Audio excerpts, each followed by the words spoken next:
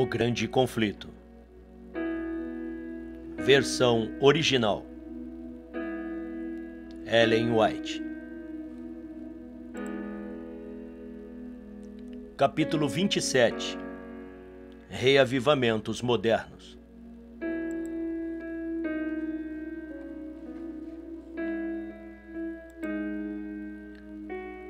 Onde quer que a palavra de Deus tenha sido frequentemente, fielmente pregada, seguiram-se resultados que atestam sua divina origem. O Espírito de Deus acompanhou a mensagem de seus servos, e a palavra foi proclamada com poder. Os pecadores sentiram suas consciências despertar. A luz que ilumina todo homem que vem ao mundo clarificava as recâmaras secretas de suas almas, e as coisas ocultas das trevas eram tornadas manifestas. Profunda convicção tomava conta de suas mentes e corações. Eram eles convencidos do pecado, da justiça e do juízo por vir. Eram possuídos do senso da justiça de Jeová e sentiam o temor de aparecer em sua culpa e impureza perante o prescrutador de corações. Em angústia clamavam: quem me livrará do corpo desta morte? À medida que a cruz do Calvário, com seu sacrifício infinito pelo pecado do homem, era revelada, eles viam que nada, senão os méritos de Cristo, seriam suficientes para expiar suas transgressões. Estes somente poderiam reconciliar o homem com Deus. Com fé e humildade aceitaram o Cordeiro de Deus que tira o pecado do mundo. Mediante o sangue de Jesus, tiveram a remissão de todos os pecados.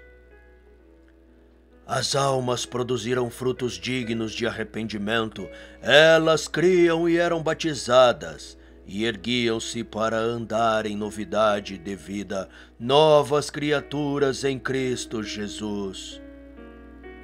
Não para se moldarem aos seus desejos anteriores, mas pela fé no Filho de Deus, seguiram em seus passos, refletiram seu caráter e purificaram-se a si mesmas, como ele é puro. As coisas que uma vez odiavam, agora amavam, e as coisas que uma vez amavam, agora odiavam.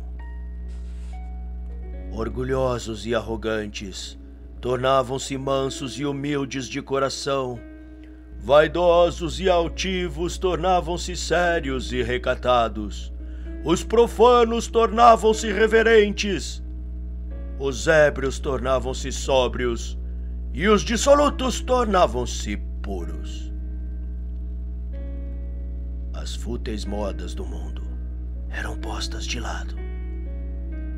Os cristãos buscavam não o que é exterior, como frisado de cabelos, adereços de ouro, aparato de vestiário.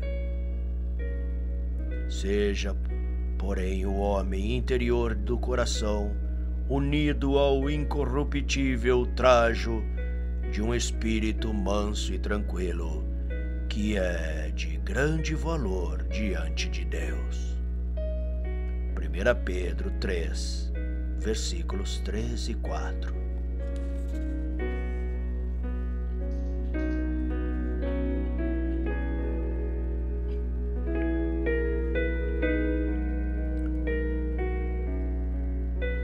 Os reavivamentos produziram profundo exame de coração e humildade. Eles se caracterizavam por apelos solenes e ferventes ao pecador, por terna compaixão pela aquisição do sangue de Cristo.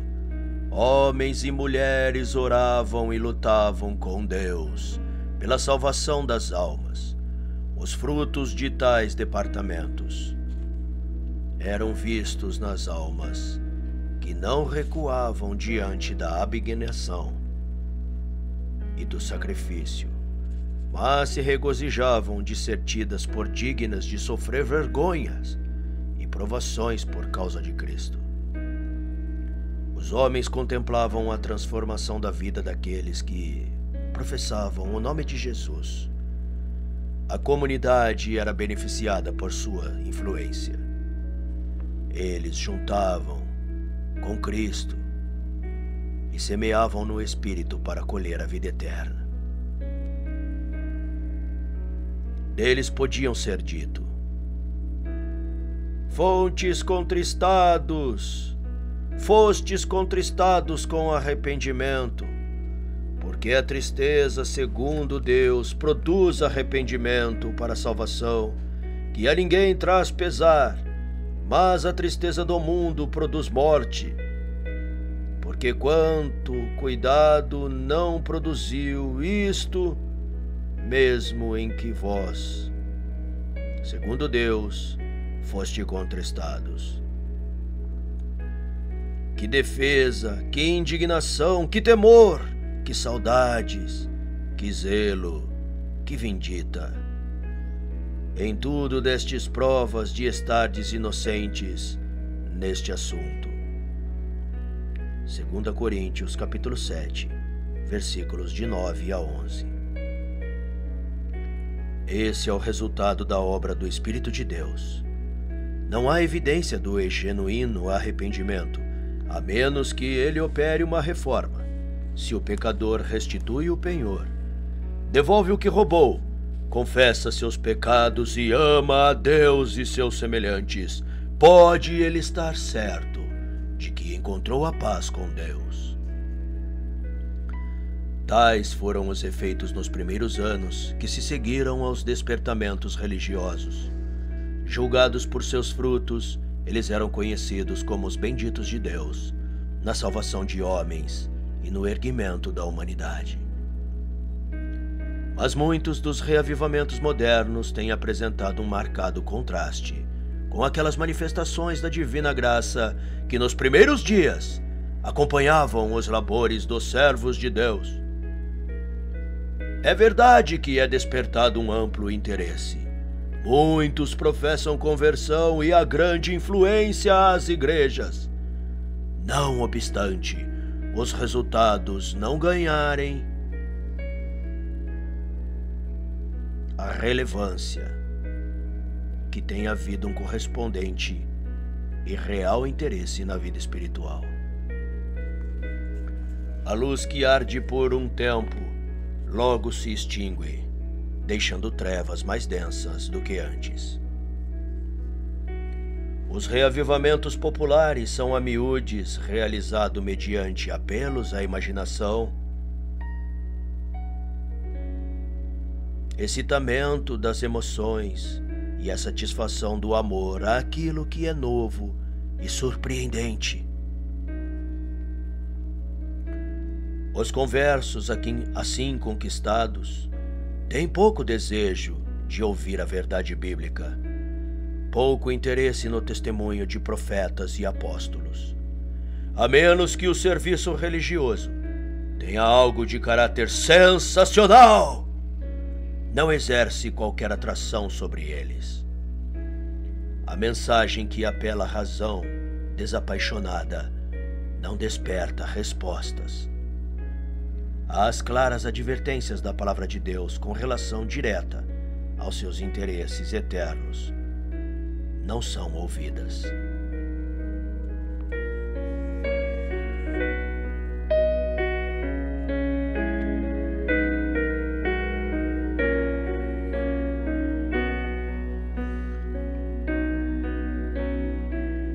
Para toda alma verdadeiramente convertida, a relação com Deus e com as coisas eternas será o grande tema da vida. Mas onde está, nas igrejas populares de nossos dias, o espírito de consagração a Deus? Os conversos não renunciam ao orgulho e ao amor ao mundo. Não estão mais dispostos a negar o eu, a tomar sua cruz e a seguir o manso e humilde Jesus, do que antes de sua conversão. A religião tornou-se o esporte dos infiéis e céticos, porque muitos que lhe portam o nome são ignorantes de seus princípios. O poder da piedade tem quase se extinguido de muitas igrejas. Piqueniques, teatralidade e exposições nas igrejas, casas finas, exibição pessoal, têm afastado de Deus os pensamentos.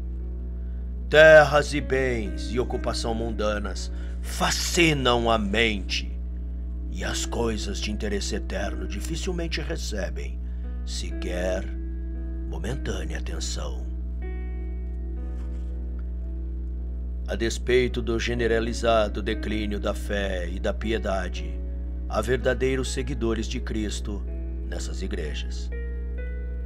Antes da visitação final, dos juízos divinos sobre a terra, haverá entre o povo do Senhor um reavivamento da primitiva piedade, como jamais testemunhado desde os tempos apostólicos. O Espírito e o poder de Deus serão derramados sobre os seus filhos. Neste tempo, muitos se separarão daquelas igrejas nas quais o amor deste mundo suplantou o amor de Deus e sua palavra. Muitos, tanto ministros como povo, alegremente aceitarão as grandes verdades que Deus tem determinado sejam proclamadas em seu tempo, para preparar um povo para a segunda vinda do Senhor.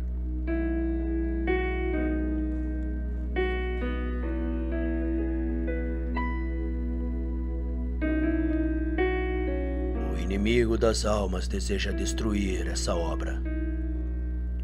Antes do tempo e de tal movimento, ele se esforçará para impedi-lo, mediante a introdução de uma contradição. Nas igrejas que puder trazer sob seu poder enganador, ele fará parecer que uma especialíssima bênção está sendo derramada. Ocorrerá o que muitos pensam ser um grande interesse religioso. Multidões exultarão porque Deus está operando maravilhas por eles, quando a obra é de outro espírito. Sob camuflagem religiosa, Satanás procurará estender sua influência sobre o mundo cristão. Em muitos dos reavivamentos que ocorrem durante o último meio século, as mesmas influências têm estado em operação, em maior ou em menor grau, as quais serão manifestas em movimentos mais amplos no futuro. Há excitação emocional, uma mistura do verdadeiro com o falso, a qual é bem conformada para enganar. Todavia, ninguém precisa ser enganado. À luz da palavra de Deus, não é difícil determinar a natureza desses movimentos. Sempre que os homens negligenciam o testemunho da Bíblia, voltando-se das claras e probantes verdades que se exigem abnegação e renúncia do futuro, podemos estar certos de que ali a bênção de Deus não foi concedida. E pela regra que o próprio Cristo deu, pelos seus frutos os conhecereis, de Mateus 7,16, fica evidente de que esse movimento não são obra do Espírito de Deus. Nas verdades de sua palavra, Deus tem dado aos homens a revelação de si mesmo. E para todos os que aceitam elas, são um escudo contra os enganos de Satanás. É a negligência dessas verdades que tem aberto a porta para os males que estão agora tão disseminados no mundo religioso. A natureza e a importância de Deus foram em grande medida perdidas de vista. Uma concepção errônea do caráter, perpetuidade e obrigatoriedade da divina lei tem conduzido erros em relação à conversão e santificação, e resultado no rebaixamento do padrão de piedade da Igreja. Eis aí o segredo da falta do Espírito e do poder de Deus nos reavivamentos de nosso tempo.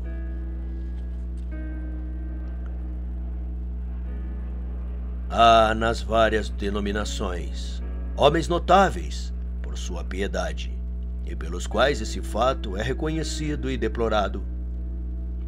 O professor Edward Park, ao apresentar os perigos religiosos atuais, diz com propriedade: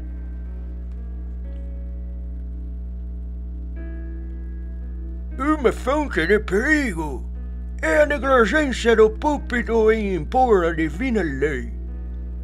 Nos primeiros dias, o púlpito era um eco da voz da consciência. Nossos mais insignes pregadores davam uma arrebatadora majestade a seus discursos, seguindo o exemplo de seu mestre e dando proeminência à lei, seus preceitos e ameaças. Eles repetiam as duas grandes máximas de que a lei é um transcrito das perfeições divinas e que o homem que não ama a lei não ama o Evangelho, pois tanto a lei quanto o Evangelho são um espelho refletindo o verdadeiro caráter de Deus. Este perigo leva a outro, o de subestimar a malignidade do pecado, são sua amplitude e demérito. Na proporção da justiça do mandamento está a injustiça de desobedecê-lo.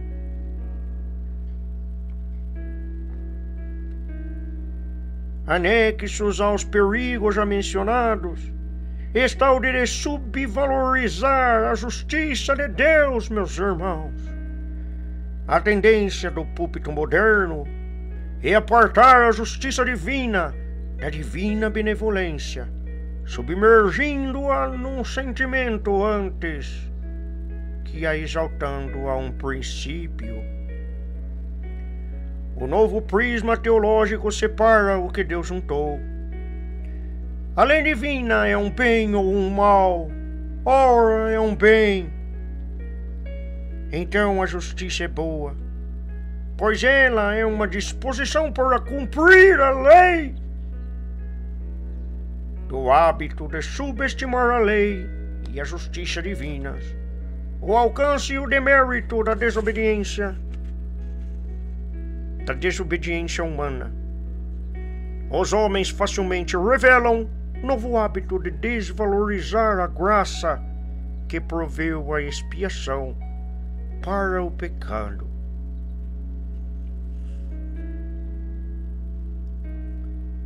Assim, o Evangelho perde seu valor e importância na mente dos homens, que logo se acham prontos a praticar o desprezo da própria Bíblia.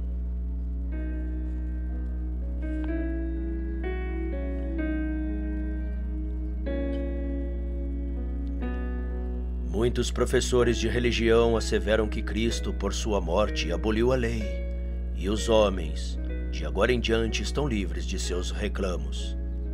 Há alguns que representam como um jugo mortificante, e em contraste com a escravidão da lei, apresentam a liberdade desfrutável sob o Evangelho. Mas assim não fizeram os profetas e apóstolos com relação à santa lei de Deus.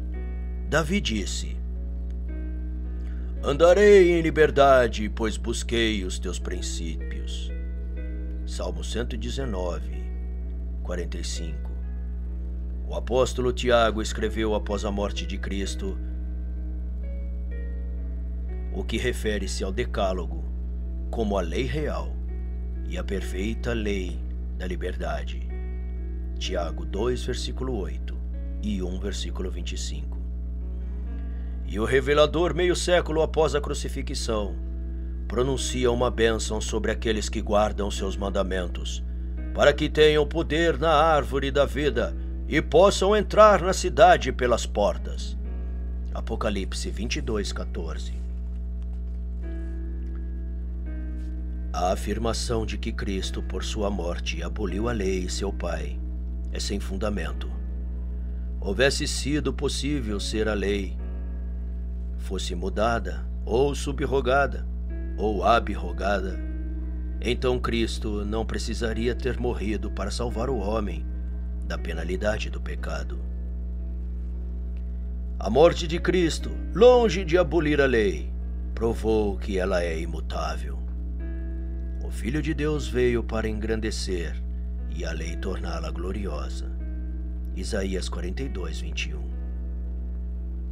Ele disse: Não penseis que vim revogar a lei e os profetas. Até que o céu e a terra passem, nem um i ou um tio jamais passará da lei. Mateus 5, capítulos 17, versículos 17 e 18.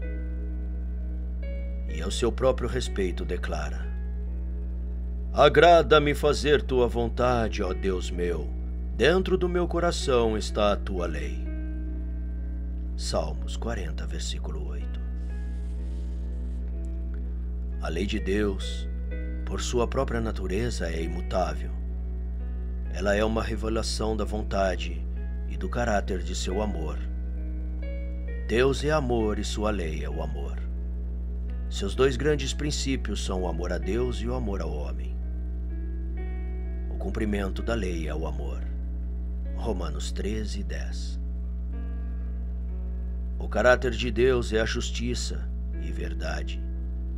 Tal é a natureza de sua lei. Diz o salmista: A tua lei é a própria verdade. Todos os teus mandamentos são justiças. Salmo 119, versículos 142 e 172. E o apóstolo Paulo declara: A lei é santa e o mandamento santo, justo e bom. Romanos 7:12. A lei, sendo expressão da mente e da vontade de Deus, deve ser tão perdurável como seu autor. É a obra da conversão e santificação reconciliar os homens com Deus, trazendo-os em harmonia com os princípios de sua lei. O homem foi criado no início à imagem de Deus.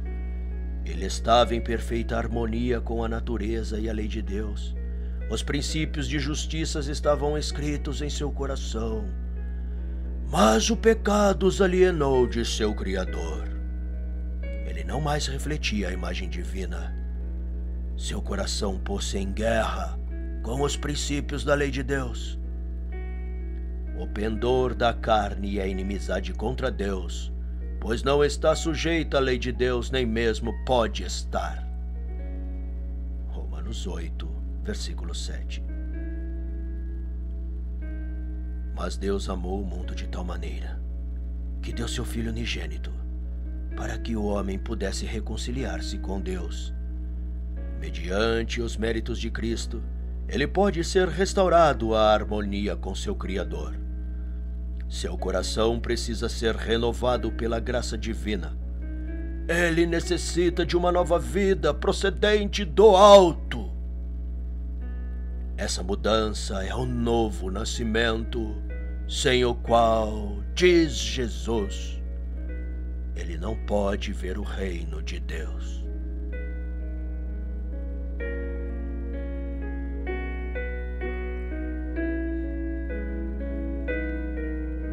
O primeiro passo para a reconciliação com Deus é a convicção do pecado. O pecado é a transgressão da lei, 1 João 3,4. Pela lei veio um pleno conhecimento do pecado, Romanos 3,20.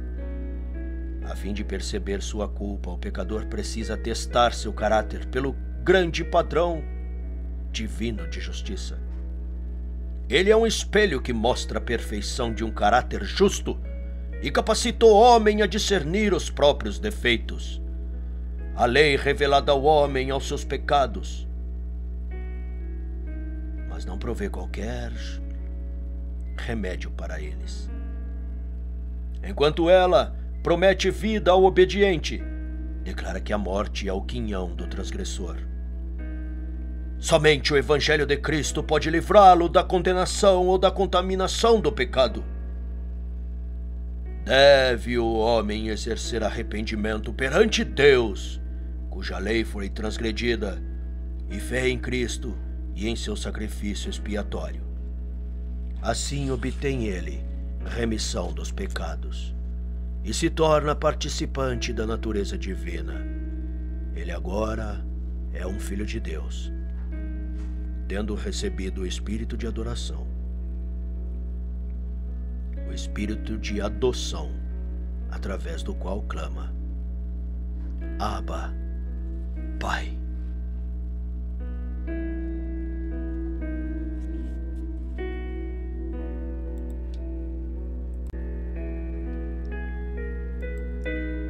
Porventura está ele livre agora para transgredir a lei de Deus?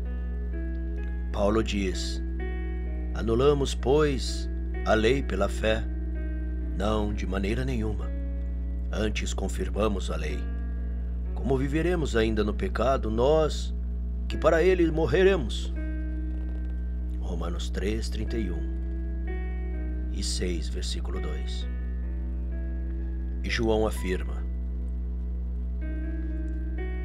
porque este é o amor de Deus, que guardemos seus mandamentos. Ora, os seus mandamentos não são penosos. 1 João 5, versículo 3.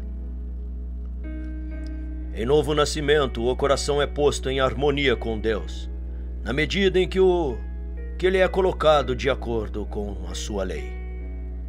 Quando essa poderosa transformação tem lugar no pecador, ele passa da morte para a vida, do pecado para a santidade, da transgressão e rebelião para a obediência e lealdade. A velha vida de afastamento de Deus tem fim. Inicia-se uma nova vida de reconciliação, fé e amor.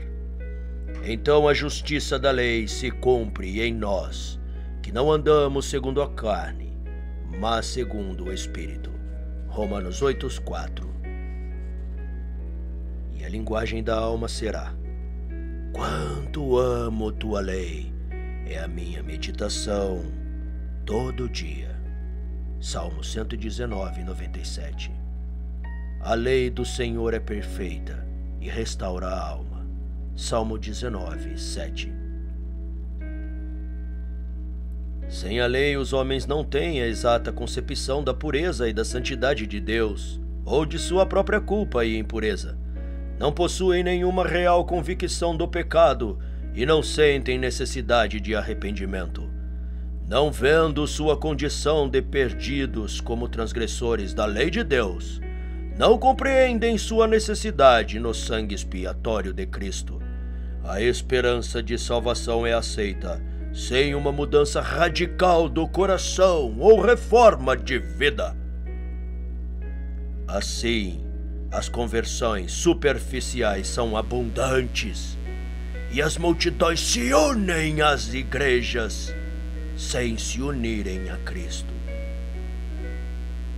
Além disso, errôneas teorias sobre santificação procedentes da negligência ou rejeição da lei divina têm lugar proeminente nos movimentos religiosos modernos. Essas teorias são falsas em termos de doutrina e perigosas em resultados práticos. E o fato de elas geralmente encontrarem receptividade torna duplamente essencial que todos tenham uma clara compreensão do que as Escrituras ensinam sobre tal ponto. A verdadeira santificação é uma doutrina bíblica. O apóstolo Paulo, em sua carta à igreja de Tessalônica, declara: pois esta é a vontade de Deus, a vossa santificação, e suplica: o mesmo Deus da paz vos santifique em tudo. 1 Tessalonicenses, capítulo 4, versículo 3 e capítulo 5, versículo 23. A Bíblia ensina claramente o que é a santificação e como pode ser obtida. O Salvador orou por seus discípulos: santifica-os na verdade, a tua palavra é a verdade. João 17, 17 e 19. E Paulo ensina que os crentes devem ser santificados pelo Espírito Santo. Romanos 15, 16. Qual é a obra do Espírito Santo? Jesus disse aos seus discípulos: quando vier, porém, o Espírito da verdade, ele vos guiará em toda a verdade. João 16, 13. E o salmista afirma: a tua lei é a verdade. Pela palavra e pelo Espírito de Deus, são abertos aos homens os grandes princípios da justiça, incorporados em sua lei.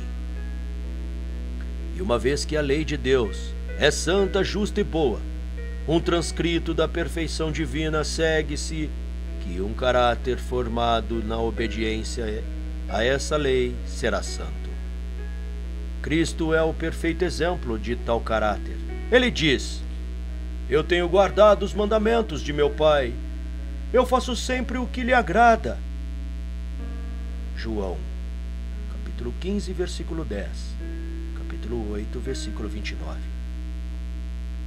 Os seguidores de Cristo, pela graça de Deus, tornam-se como Ele, para formar caracteres em harmonia com os princípios de sua santa lei. Essa é a santificação bíblica. Essa obra só pode ser realizada mediante a fé em Cristo, pelo poder do Espírito Santo, operando no crente. Paulo admoesta os crentes: desenvolvei a vossa salvação com temor e tremor, porque Deus é quem efetua em vós tanto querer como realizar, segundo sua vontade. Filipenses, capítulo 2, versículos 12 e 13.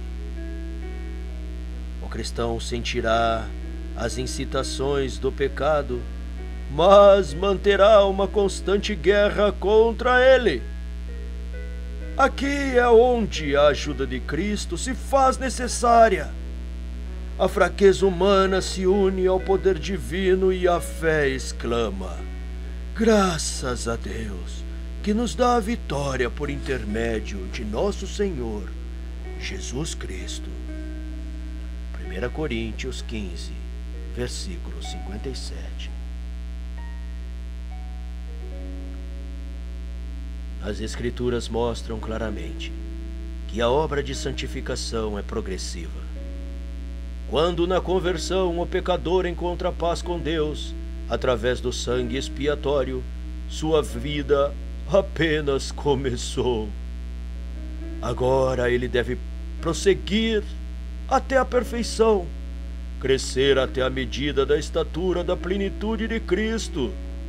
Diz o apóstolo Paulo: mas uma coisa faço, esquecendo-me das coisas que para trás ficam e avançando para as que diante de mim estão, consigo prosseguir para o alvo, para o prêmio da soberana vocação de Deus em Cristo Jesus. Filipenses, capítulo 3, versículos 13 e 14. E Pedro nos apresenta os passos para que alcancemos a santificação bíblica.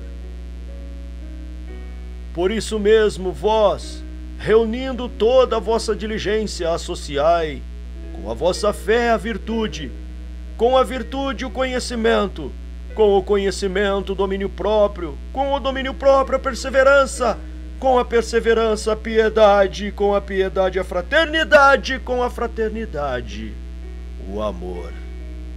Porquanto procedendo assim, não tropeçareis em tempo algum. 2 Pedro, capítulo 1, versículos 5 a 10. Aqueles que experimentam a santificação bíblica manifestarão um espírito de humildade. Como Moisés, eles tiveram uma visão da terrível majestade do Santo e veem sua própria indignidade em contraste com a pureza e a exaltada perfeição do Deus infinito. O profeta Daniel foi um exemplo da verdadeira santificação. Sua longa vida foi plena de nobre serviço por seu mestre. Ele era um homem muito amado, Daniel 10:11, pelo céu. Todavia, em lugar de reivindicar ser puro e santo, esse honorável profeta identificou-se como a pecaminosa realidade de Israel, quando implorava diante de Deus em favor do povo. Não lançamos as nossas súplicas perante a tua face, fitados em nossas justiças, mas em tuas muitas misericórdias. Temos pecado e procedido perversamente. Falava eu ainda, e orava, e confessava o meu pecado, e o pecado do meu povo, Israel.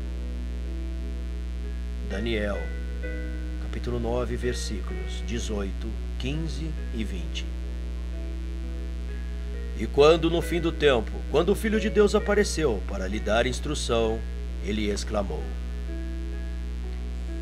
Fiquei, pois, eu só, e contemplei esta grande visão, e não restou forças em mim. O meu rosto mudou de cor e se desfigurou, e não retive força alguma. Daniel 10:8. Quando Jó ouviu a voz do Senhor, saindo do redemoinho, disse enfaticamente: Por isso me abomino e me arrependo no pó e na cinza. Jó 42:6. Foi quando Isaías viu a glória do Senhor e ouviu o querubim clamando: Santo, Santo, Santo é o Senhor, do Deus dos exércitos. É o Senhor Deus dos exércitos, bradou o profeta. Ai de mim que vou perecendo. Isaías 6, versículo 13 e 5. Paulo, após ter sido trasladado ao terceiro céu e ouvir coisas que não era possível a um homem expressar, falou de si mesmo como o menor de todos os santos. 2 Coríntios 2, versículos 2 a 4 e Efésios 3, versículo 8. Foi João, o discípulo amado, que se reclinou ao peito de Jesus e contemplou sua glória, que caiu como morto aos pés do anjo. Apocalipse 22:8. Não pode haver exaltação própria, nenhuma jactância pretensiosa à libertação do pecado da parte daqueles que andam à sombra da cruz do Calvário. Eles sentem que foi seu pecado que causou a agonia, que rompeu o coração do Filho de Deus. E este pensamento os conduzirá à humilhação própria. Aqueles que vivem mais próximo de Jesus discernem mais claramente a fragilidade e a pecaminosidade humana. E sua única esperança está no mérito do Salvador, crucificado e ressurreto.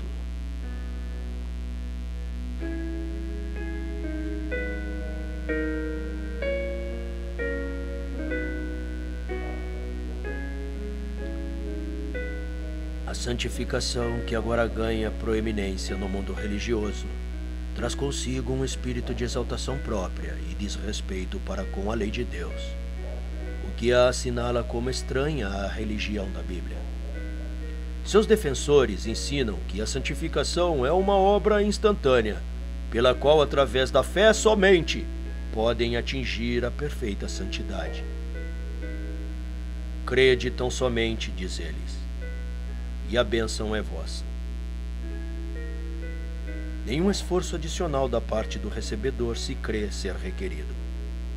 Ao mesmo tempo, negam eles a autoridade da lei de Deus, insistindo estarem livres da obrigação de guardar os mandamentos. Mas será possível para os homens serem santos de acordo com a vontade e o caráter de Deus, sem estar em harmonia com os princípios, que são uma expressão de sua natureza e vontade e que revelam o que lhe é agradável? O desejo por uma religião fácil, que não exija luta, nem abnegação, nem separação das loucuras do mundo, tem feito da doutrina da fé, e da fé somente, um ensino popular. Mas o que diz a palavra de Deus? O apóstolo Tiago assim se expressa: meus irmãos, qual é o proveito se alguém disser que tem fé, mas não tiver obras? Pode acaso semelhante fé salvá-lo? Queres, pois, ficar certo, ó homem insensato, de que a fé sem obras é inoperante? Não foi por obras que Abraão, nosso pai, foi justificado, quando ofereceu sobre o altar o próprio filho Isaque. Vês como a fé operava juntamente com suas obras. Com efeito, foi pelas obras que a fé se consumou. Verificai que uma pessoa é justificada por obras, e não somente por fé. Tiago, capítulo 2, versículos 14 a 24. O testemunho da palavra de Deus é contra essa enganadora doutrina de fé sem obras. Não é fé essa que pretende o favor do céu, sem atender às condições sobre as quais a misericórdia é concedida. Isso é presunção, pois a fé genuína tem seus fundamentos nas promessas e nos pavimentos das Escrituras. Que ninguém vos engane com o pensamento de que pode tornar-se santo, enquanto deliberadamente viola um dos reclamos de Deus. O cometimento de um pecado conhecido silencia a testemunhadora voz do Espírito e separa a alma de Deus. O pecado é a transgressão da lei, e todo aquele que vive pecando não ouviu, nem o conheceu. 1 João 3:6. Embora João em suas epístolas se detenha tanto no amor, todavia não hesita em revelar o verdadeiro caráter daquela classe que reivindica estar santificada enquanto vive transgredindo a lei de Deus. Aquele que diz: eu o conheço, e não guarda seus mandamentos, é mentiroso, e nele não está a verdade. Aquele, entretanto, que guarda sua palavra, nele verdadeiramente tem sido aperfeiçoado pelo amor de Deus. 1 João, capítulo 2, versículos 4 e 5. Eis aí a prova da profissão de fé de cada homem. Não podemos atribuir santidade a um homem sem antes aferi-lo com um único padrão de santidade no céu e na terra. Se os homens não sentem qualquer peso da lei moral, se minimizam e aligeiram os preceitos divinos, se transgridem um dos menores mandamentos e assim ensinam aos homens, serão eles de nenhum valor à vista do céu, e podemos saber que suas alegações são sem fundamento. E a reivindicação de estarem sem pecados é em si mesma evidência de que eles estão muito distantes da santidade. É porque não têm nenhuma ideia real da infinita pureza e santidade de Deus, ou senso do que precisa tornar-se para estarem em harmonia com seu caráter. Porque eles não têm verdadeira concepção da pureza e dos excelsos encantos de Jesus e da malignidade do pecado, que os homens veem a si mesmos como santos. Quanto maior a distância entre eles e Cristo, e quanto mais impróprias as suas concepções do caráter e dos reclamos divinos, mais justos parecem eles aos seus próprios olhos. A santificação apresentada nas Escrituras envolve todo o ser, espírito, alma e corpo. Paulo orou pelos Tessalonicenses, para que o vosso espírito, alma e corpo sejam conservados íntegros, irrepreensíveis, na vinda de nosso Senhor Jesus Cristo. 1 Tessalonicenses 5:23. Mais uma vez ele escreve aos crentes: rogo-vos, pois, irmãos, pelas misericórdias de Deus, que apresentei o vosso corpo por sacrifício vivo, santo e agradável a Deus, que é o vosso culto racional. Romanos 12:1. Nos tempos do antigo Israel, cada oferta trazida como sacrifício a Deus era cuidadosamente examinada. Se algum defeito fosse encontrado no animal oferecido, ele era rejeitado, pois Deus havia ordenado que a oferta fosse sem mancha. Assim, os cristãos são convidados a apresentar seus corpos em sacrifício vivo, santo e agradável a Deus. A fim de fazer isso, todas as suas forças devem ser preservadas na melhor condição possível. Cada prática que debilite as forças físicas ou mentais incapacita o homem para o serviço do seu Criador. Agradar-se-á, Senhor, com qualquer coisa menos que o melhor que possamos oferecer? Jesus disse: amarás o Senhor teu Deus de todo o coração. Aqueles que amam a Deus de todo o seu coração quererão prestar-lhe o melhor serviço de sua vida e estarão constantemente buscando colocar cada faculdade de seu ser em harmonia com as leis que promovem sua capacidade de fazer a vontade divina. Eles não debilitarão ou contaminarão, pela condescendência com o apetite ou paixão, a oferta que devem apresentar a seu Pai Celestial.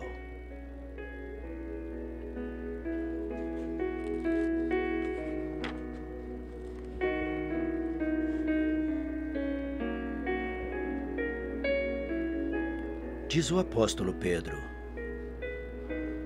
amados, exorto-vos como peregrinos e forasteiros que sois, a vos absterdes das paixões carnais que fazem guerra contra a alma. 1 Pedro 2:11. Cada indulgência pecaminosa tende a embotar a faculdade e enfraquecer as percepções mentais e espirituais, e a palavra ou o Espírito de Deus não fazem senão débil impressão sobre o coração. Paulo, escrevendo aos Coríntios, diz: purifiquemo-nos de toda impureza, tanto da carne como do espírito, aperfeiçoando a nossa santidade no temor de Deus. 2 Coríntios 7, versículos 1.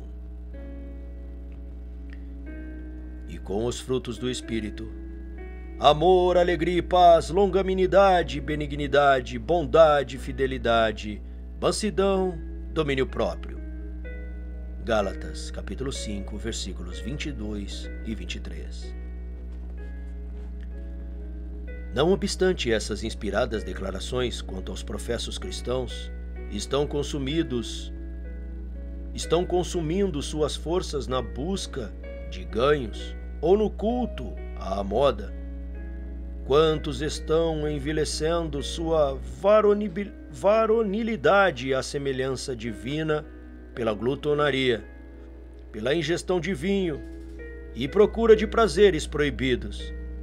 E a igreja, em lugar de repreender, muito amildadamente encoraja o mal, mediante apelos ao apetite, ao desejo por ganhos ou amor aos prazeres, a fim de encher seu tesouro, que o amor por Cristo é muito débil para suprir. Se Jesus entrasse nas igrejas de hoje e contemplasse os festejos e o comércio profano ali explorado em nome da religião, não expulsaria ele esses profanadores como baniu os cambistas do templo. O apóstolo Tiago declara que a sabedoria do alto é a primeiramente pura. Tivesse ele de encontrar esses que tomam o precioso nome de Jesus em seus lábios contaminados pelo tabaco, cujo hálito e pessoa estão infectados por seu odiável odor, e que poluem o ar do céu e forçam todos os que o cercam a inalar o veneno, entraria em contato com uma prática tão contrária à pureza do Evangelho? Ou será que não teria denunciado como terrena, sensual e diabólica?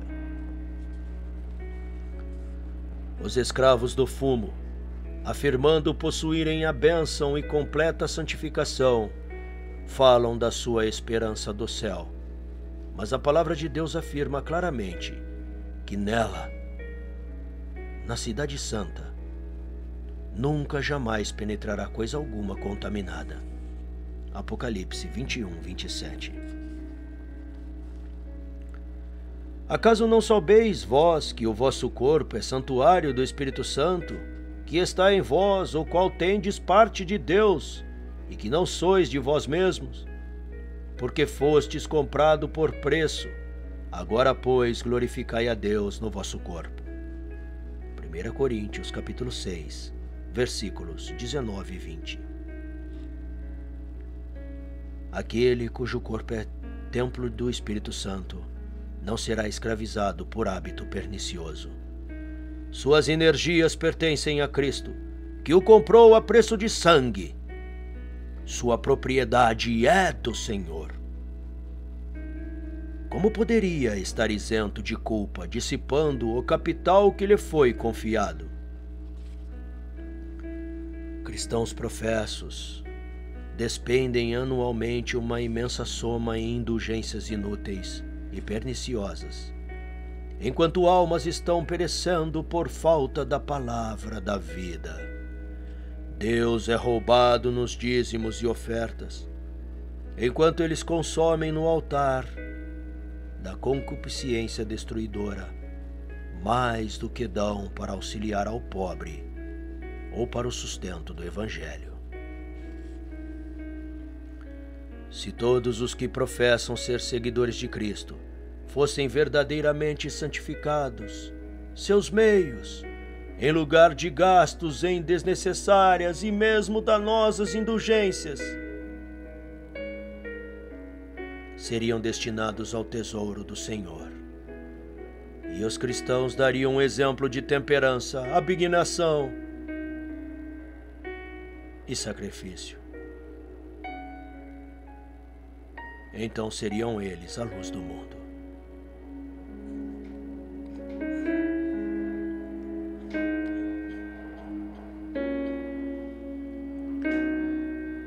O mundo está abandonado à condescendência própria. A concupiscência da carne, a concupiscência dos olhos e a soberba da vida controlam as massas. Mas os seguidores de Cristo têm um chamado mais santo: retirai-vos, retirai-vos.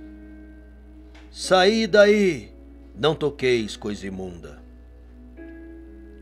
À luz da palavra de Deus estamos justificados ao declarar que não é genuína a santificação, que não opera essa total renúncia das atividades pecaminosas e satisfação mundanas. Para aqueles que cumprem as condições, retirai-vos, retirai-vos, saí daí, não toqueis coisa imunda. A promessa de Deus é: eu vos receberei, serei vosso pai, e vós serei para mim filhos e filhas, diz o Senhor Todo-Poderoso. 2 Coríntios, capítulo 6, versículos 17 e 18. É privilégio e dever de cada cristão ter uma rica e profusa experiência nas coisas de Deus. Disse Jesus: eu sou a luz do mundo. Quem me segue não andará nas trevas, pelo contrário, terá a luz da vida. João 8,12. Mas a vereda dos justos é como a luz da aurora, que vai brilhando mais e mais até ser dia perfeito. Provérbios 4:18. Cada passo de fé e obediência leva a alma em ligação mais estreita com a luz do mundo, em que não há treva alguma. Os brilhantes raios de luz do sol da justiça refulgem sobre os servos de Deus, e eles devem refleti-los, como as estrelas que contam de uma grande luz no céu, cuja glória se faz brilhantes.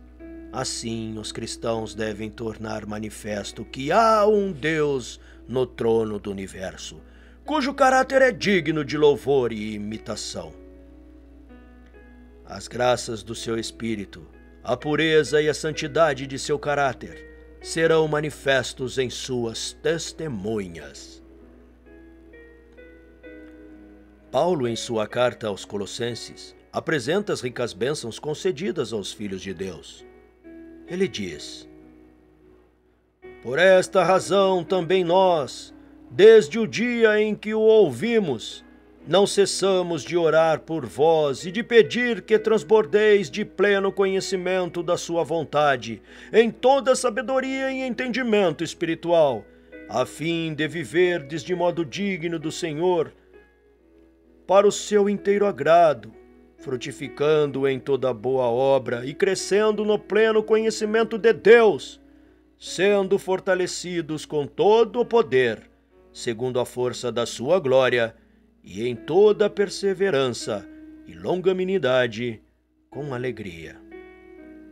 Colossenses, capítulo 1, versículos 9 ao 11. Novamente ele escreve sobre seu desejo de que os irmãos em Éfeso pudessem compreender a altura do privilégio do cristão. Ele expõe diante deles, na linguagem mais compreensiva, o maravilhoso poder e conhecimento que podem possuir como filhos e filhas do Altíssimo. Pertenciam a eles o serem fortalecidos com poder mediante seu espírito no homem interior, estando arraigados e alicerçados em amor, a fim de poderdes compreender com todos os santos qual é a largura, o comprimento, a altura e a profundidade, e conhecer o amor de Cristo, que excede todo o entendimento, para que sejais tomados de toda a plenitude de Deus. Efésios 3, capítulos 16, versículos 16 a 19.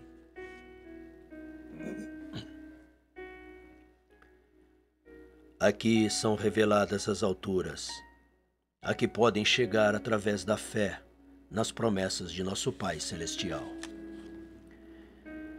Mediante os méritos de Cristo, temos acesso ao trono do poder infinito. Aquele que não poupou seu próprio Filho, antes por todos nós o entregou, porventura não nos dará graciosamente com ele todas as coisas? Romanos 8:32. O Pai deu seu Espírito sem medida ao Filho, e nós também podemos participar dessa plenitude. Jesus disse: ora, se vós que sois maus, sabeis dar boas dádivas aos vossos filhos, quanto mais o Pai Celestial dará o Espírito Santo àqueles que lhe o pedirem. Lucas 11:13. E tudo quanto pedires em meu nome, isso farei. João 14:14. Pedi e recebereis, para que a vossa alegria seja completa. João 16:24. Conquanto a vida do cristão seja caracterizada pela humildade, ela não deveria ser marcada pela tristeza e autodepreciação. Não é da vontade de nosso Pai Celestial que estejamos sempre sob condenação e escuridão. Não é evidência de verdadeira humildade andar com a cabeça curvada e o coração cheio de pensamentos sobre si mesmo. podemos ir a Jesus e sermos purificados e permanecermos perante a lei, sem ignomínia e remorso. Portanto, agora, nenhuma condenação há para os que estão em Cristo Jesus, que não andam segundo a carne, mas segundo o Espírito. Romanos 8:1. Através de Jesus, os decaídos filhos de Adão se tornam filhos de Deus, pois tanto o que santifica como os que são santificados, todos vêm de um só.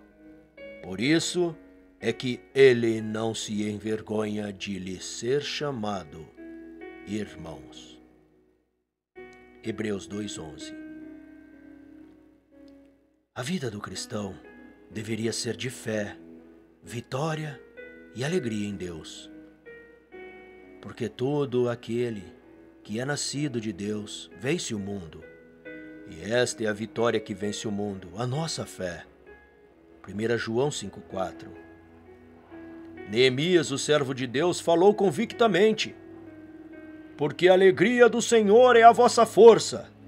Neemias 8:10.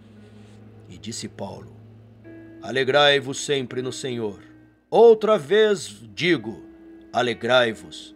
Regozijai-vos sempre, orai sem cessar. Em tudo dai graças, porque esta é a vontade de Deus em Cristo Jesus para convosco. 1 Tessalonicenses 5, versículos 16 a 18.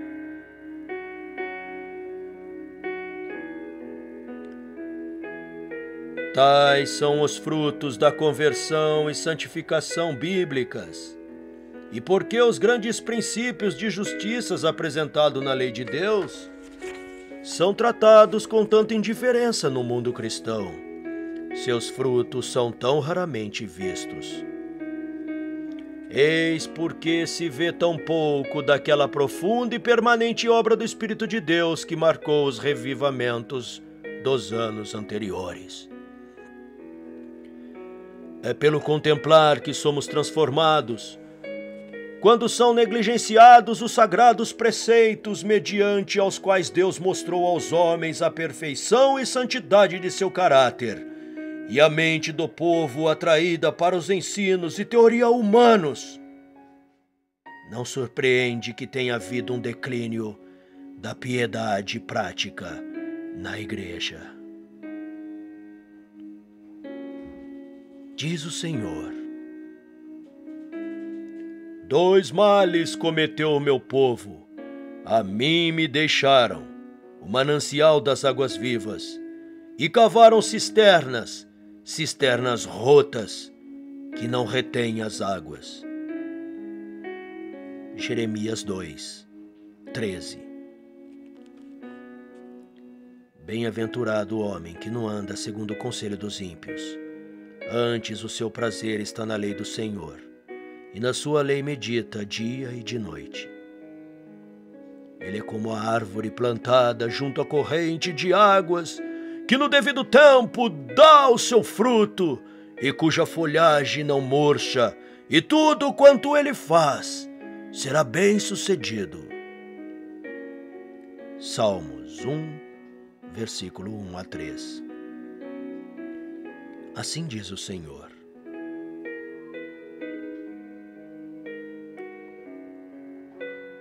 ponde-vos à margem no caminho e vede. Perguntai pelas veredas antigas qual é o bom caminho.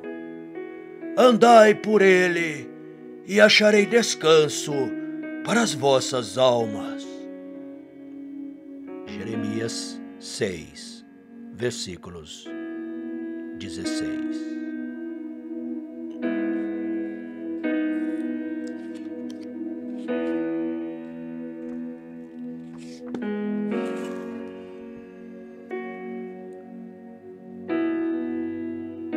Obrigado por ouvir.